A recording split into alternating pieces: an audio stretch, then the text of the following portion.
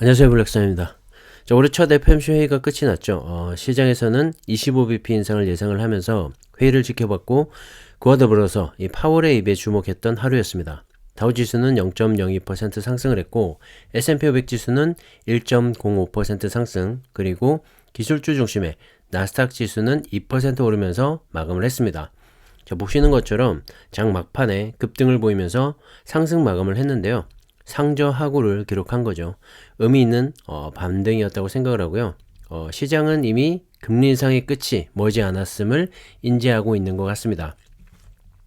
자, 3대 지수와 우리 투자자들 모두 연준의 FOMC 회의 결과를 기다렸죠. 특히 3대 지수는 보합권에서 움직이다가 연준의 결과에 주목을 했는데요. 자, 예상대로 25bp 인상이 확정이 되었고 이후에 파월 의장의 기자회견이 시작되고 나서야 급등을 하기 시작을 했습니다. 25bp 인상은 누구도 의심하지 않았던 결과라서 시장에 영향은 미치지 못했고요. 중요한 건 이 파월의 입에서 매파적인 발언이 나오게 되면 어쩌나 하는 그런 걱정이었는데 오히려 시장에는 긍정적인 시그널로 받아들여지면서 주가는 상승 마감을 했습니다. 우선 파월 의장은 현재로선 연내 금리 인하는 없다고 밝히면서도 인플레이션이 훨씬 더 빠른 속도로 둔화하고 있는 것으로 나타난다면 당연히 연준의 정책 결정에도 영향을 미칠 것이라면서 연내 금리 인하 가능성은 열어둔 거죠. 인플레이션 완화 과정이 시작됐다고 말을 하면서 상품 가격 하락에서 현재의 인플레이션 하락의 원인을 찾을 수 있다고도 말을 했는데요. 자, 고강도 금리 인상이 시작된 이후 처음으로 완화적인 발언이 나온 겁니다. 자, 그로 인해서 미국의 2년물 국채 금리는 11bp 이상 급락을 하면서 4.084%까지 떨어졌는데요. 자, 연준의 금리 하단인 4.5%보다도 훨씬 더 낮아진 거죠.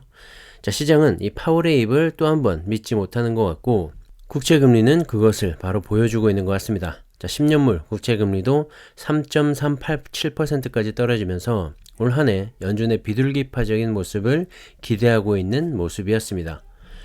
주요 6개국 통화 대비 달러화 가치를 나타내주고 있는 달러 인덱스인데요. 역시 101.02까지 떨어지면서 100달러 선이 무너지기 일보 직전인데요. 자, 킹달러 시대는 끝이 났다고 봐야겠죠. 달러로 몰리던 이 전세계 자금도 주식과 같은 위험 자산으로 돌아오고 있는 모습이고요. 최근에 국내 증시의 반등만 봐도 알 수가 있죠. 바닥을 확실히 잡고 올라오는 모습입니다. 외국인의 자금이 유입되고 있는 것도 그 반증이라고 볼 수가 있겠죠. 긴 증시의 겨울이 끝나고 이 따뜻한 봄이 오고 있는 듯합니다.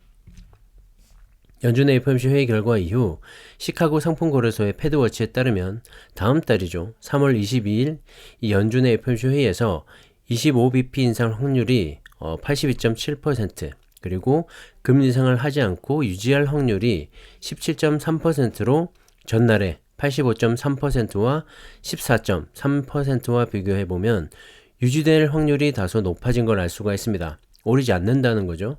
자, 다음 달 연준의 FOMC 회의 전까지 발표될 각종 경제 지표들에 따라서 이 수치들도 계속해서 바뀔 거라고 생각을 하고요. 이 수치들의 변화를 지켜보는 것도 향후 연준의 동향을 미리 짐작해 볼 수 있는 지표가 되지 않을까 생각을 합니다. 참고하시고요. 자, 중국 관련 얘기를 좀 드리자면 지난 1월 중국 증시에 유입된 외국인 순매수가 역대 월간 최대 순유입을 기록을 했다고 합니다.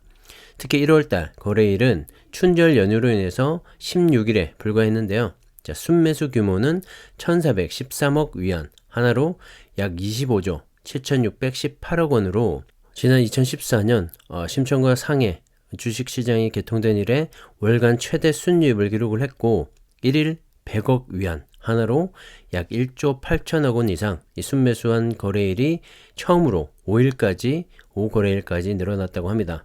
자, 지난해까지 중국 증시에서 빠져나오던 외국계 자본이 중국의 방역정책 완화 전환과 부동산 규제 완화 이후로 급격하게 유입이 되고 있는 모습인데요. 중국 증시의 지난 1월 한 달간의 외국인 자금 유입만 봐도 올 한 해 중국의 증시 흐름을 짐작해 볼 수 있지 않나 생각을 합니다. 자, 그런 외국인의 자본이 중국에 유입됐을 때 과연 어느 기업을 집중적으로 매수를 했을까요? 자, 보시면 1위에 닝더스다이, 즉 CATL이 차지를 하고 있고 11위에는 비아디가 차지를 하고 있습니다. 자, 지난 1월 한 달간 이 외국인 순매수 종목 1위를 차지한 CATL은 우리도 너무나 잘 알고 있는 전 세계 배터리 시장 점유율 1위의 기업이죠. 특히 타이거 차이나 전기차 ETF의 주요 종목이기도 하고 11위를 차지한 비아디와 함께 말이죠. 다시 말해서 이 외국인이 현재 중국 시장에서 가장 주목하고 있는 건 2차 전지가 아닐까 생각을 합니다. 그동안 깊은 조정을 받아온 만큼 돌아온 외국인과 함께 이 올 한 해는 반등을 보여주지 않을까 기대를 해보게 됩니다. 자, 올해 중국의 전기차와 2차 전지에 대한 낙관적인 전망은 지난해 판매된 중국 내 전기차와 올해 예상치를 봐도 알 수가 있는데요. 자, 지난해 중국에서 판매된 전기차 수는 689만 대로 전년 대비 93.4%나 늘었습니다. 2019년 121만 대 정도였던 이 중국의 전기차 시장은 2020년 중국 정부가 전기차 육성을 위한 강력한 드라이브를 걸면서 빠르게 성장을 했죠. 자, 그로 인해서 불과 3년 만에 5배가 넘는 규모로 커지게 됐습니다. 지난해 중국의 신차 판매에서 이 전기차의 침투율은 25.6%까지 올랐는데요. 전년 대비 12.1% 오른 수치이기도 합니다. 지난 2020년 11월에 중국 정부가 발표한 신에너지 자동차 산업 발전 계획에서 2025년 이 전기차의 점유율 목표치인 20%를 3년이나 더 빨리 달성하게 됐습니다. 자, 그리고 올해는 2030년 목표였던 30%까지 벌써 초과 달성하게 될 것 같은데요. 자, 중국 정부에서 이 반도체와는 달리 전기차와 2차 전지 시장만큼은 미국과의 패권 전쟁에서 뒤지지 않으려는 그런 모습처럼 보이기도 합니다. 현재 글로벌 전기차 시장에서 중국이 차지하는 비중은 60%가 넘는데요. 판매되는 10대 중에서 6대는 중국에서 판매가 된다는 말이죠. 블룸버그에 따르면 올해 전 세계 전기차의 판매 대수는 1360만 대로 전망을 하고 있는데 그 중에서 약 800만 대, 즉 58.5%의 이 전기차가 중국에서 판매될 것으로 예상을 하고 있습니다. 자, 하지만 중국은 최대 1000만 대까지 예상을 하고 있기 때문에 800만 대 판매는 무난히 달성을 하지 않을까 생각을 하고요.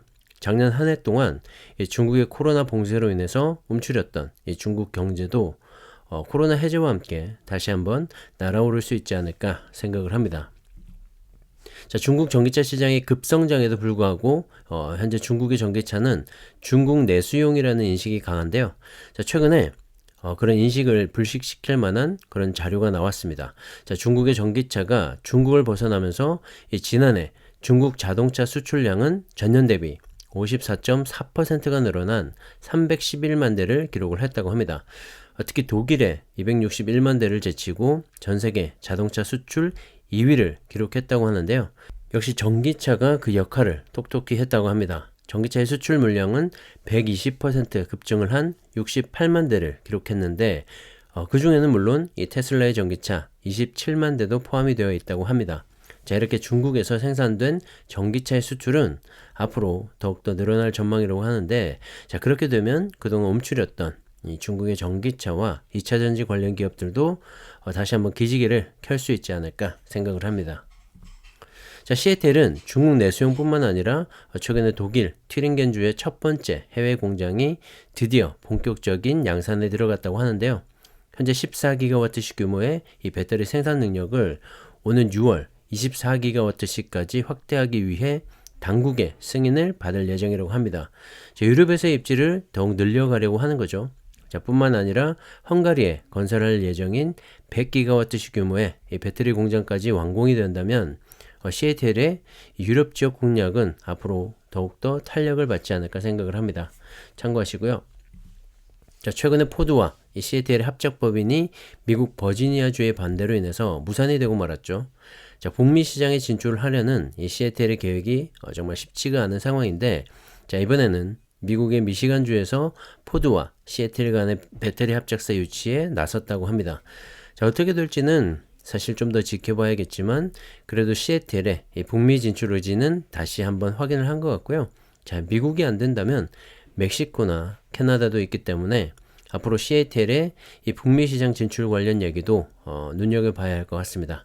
자, 성사가 된다면 국내 기업에겐 악재가 될 수밖에 없겠죠. 정말 총성 없는 배터리 경쟁이라고 생각을 하고요.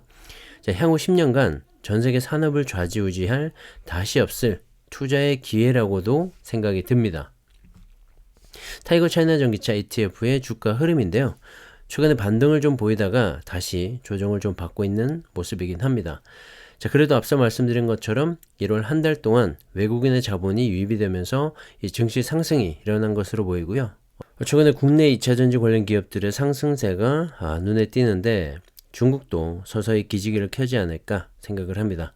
제가 늘 말씀드리지만 2차전지는 한국과 중국 두 나라가 양분해 갈 거라고 생각을 하고요.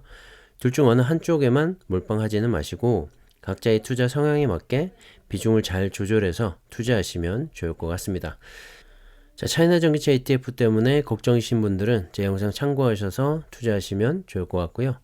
전기차 산업으로의 전환과 그에 따른 2차전지 산업의 성장에 주목을 하셔서 정말 긴 호흡으로 투자하시면 좋을 것 같습니다. 자, 오늘은 여기까지 하겠습니다. 감사합니다.